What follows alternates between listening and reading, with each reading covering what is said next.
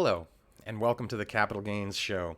My name is Aaron, and today I'm doing another episode of Cool Tweets, where I take a look at tweets and tweet replies and provide commentary for the tweets that I think are amusing. This is episode 4. Today I'm going to show you 2 tweets. I'm going to first show you a tweet and then a reply to that tweet.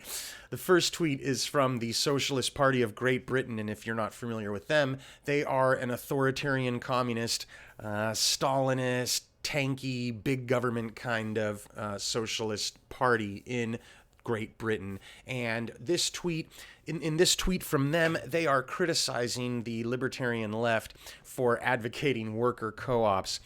Let's take a look. Here we go. So the Socialist Party of Great Britain is posting this meme of Bernie Sanders. It says the meme says moving towards real socialism by trying to reform capitalism.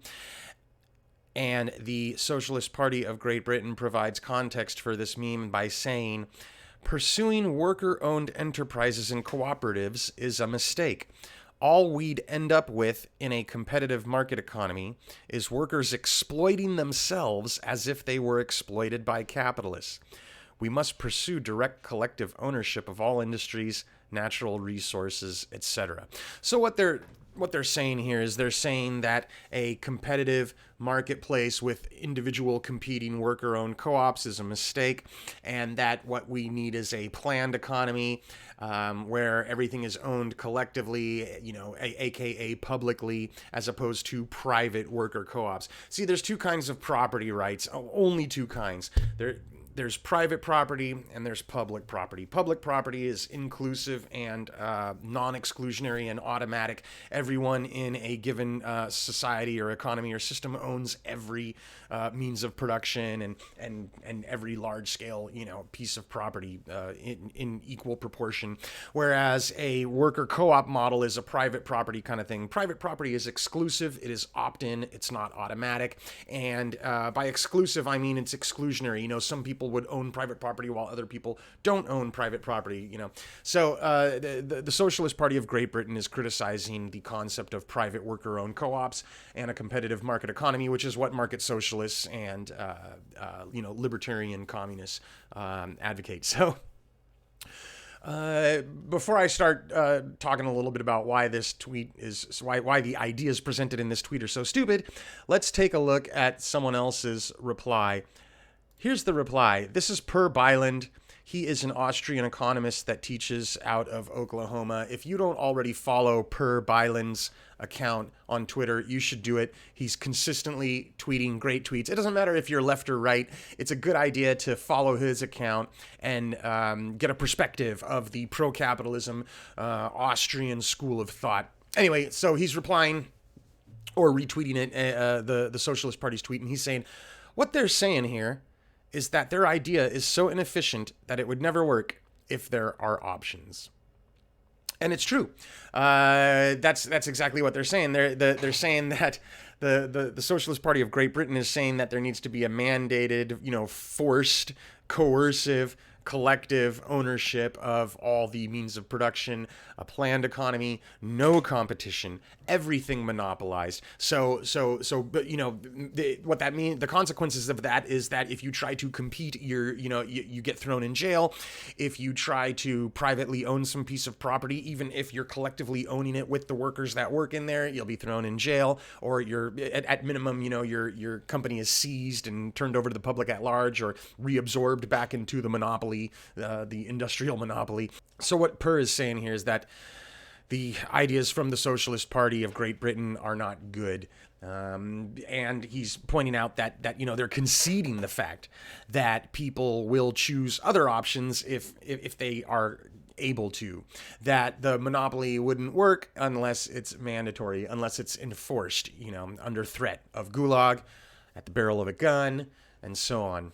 And here's something else that I think is funny, is that this dichotomy, the difference between the libertarian left and the authoritarian left, is that the libertarian left, or the market socialists and so on, that are advocating for worker-owned co-ops, And, they talk a big game about democracy, but really what they want is democracy on a micro level, where the democracies are all contained, self-contained within each of the countless different competing worker-owned enterprises. And then on a macro scale, there would be a market, there would have to be a price mechanism, there would be, prices going up and down, and demand and supply, and so on. The Socialist Party of Great Britain obviously opposes those ideas and wants their version of democracy, which would be a mandatory monopolized industry.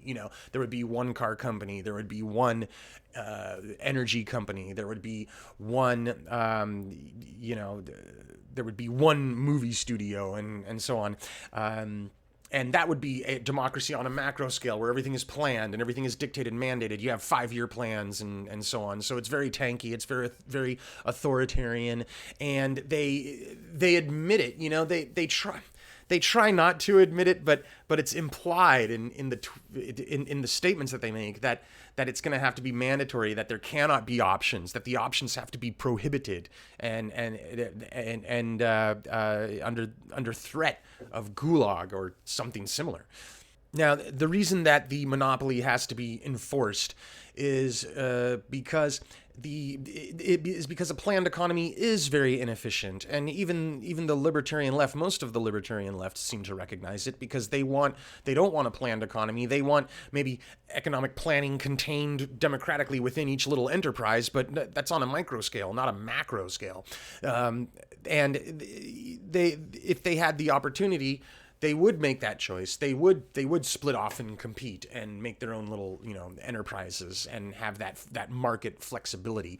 And that's definitely superior to the idea of a planned economy where everything's monopolized and everything is done via democratic plans. So history shows, really, we've got at least 100 years of history that shows that the more you plan an economy and the less market interaction and the less competition that is allowed in an economy, the less private property that is allowed in an economy, the more inefficient that economy is. And over time, it gets harder and harder to enforce that inefficiency, because people strive harder and harder to compete, to do market-based activities, to privately own properties. Even in a worker co-op sense, that's still private property.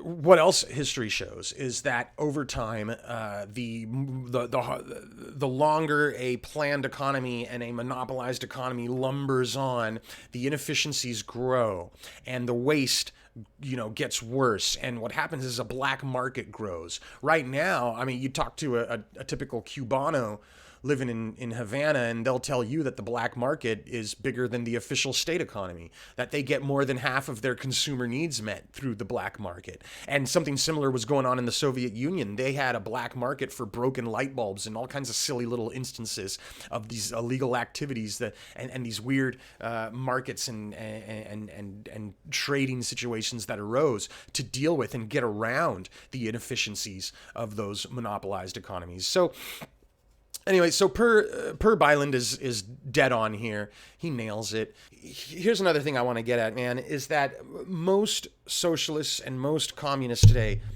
are still of the authoritarian planned economy variety, okay? The Socialist Party of Great Britain here, they are kind of a punching bag on Twitter, because Twitter has a lot of libertarian left socialists.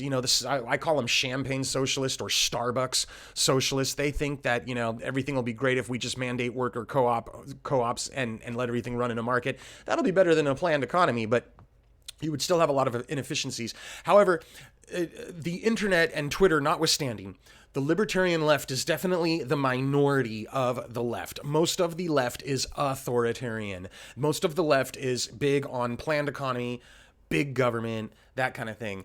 And the Socialist Party of Great Britain, what they're advocating here in terms of in the leftist ideology camp is pretty mainstream. It's mainstream for lefties is what it is. Now, here's the thing. It's not only worker ownership or collective ownership that the Socialist Party of Great Britain wants. They also want to ban profit. Now, here's Here's the problem with that, okay? You combine these two things together because, oh, profit's capitalist, that's bad. So if you have collective ownership where everyone collectively owns every enterprise, and then you ban profit, they say what they call it is production for use, not profit. What really that means is that they're just going to, give out free shit, based on, political favoritism, whatever their favorite special group is, they're just going to give them free shit. And it doesn't matter how much of a loss any enterprise makes.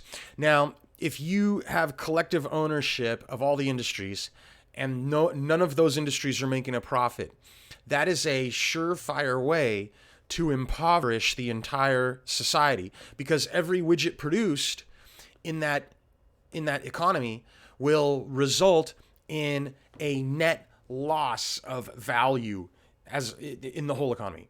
So imagine you've got this company that is collectively owned. It doesn't earn a profit, but it's pumping out widgets as fast as it can. Every widget that it pumps out enriches the widget receiver, but the rest of society incurs a loss that is greater than the profit that the widget receiver made from receiving that widget.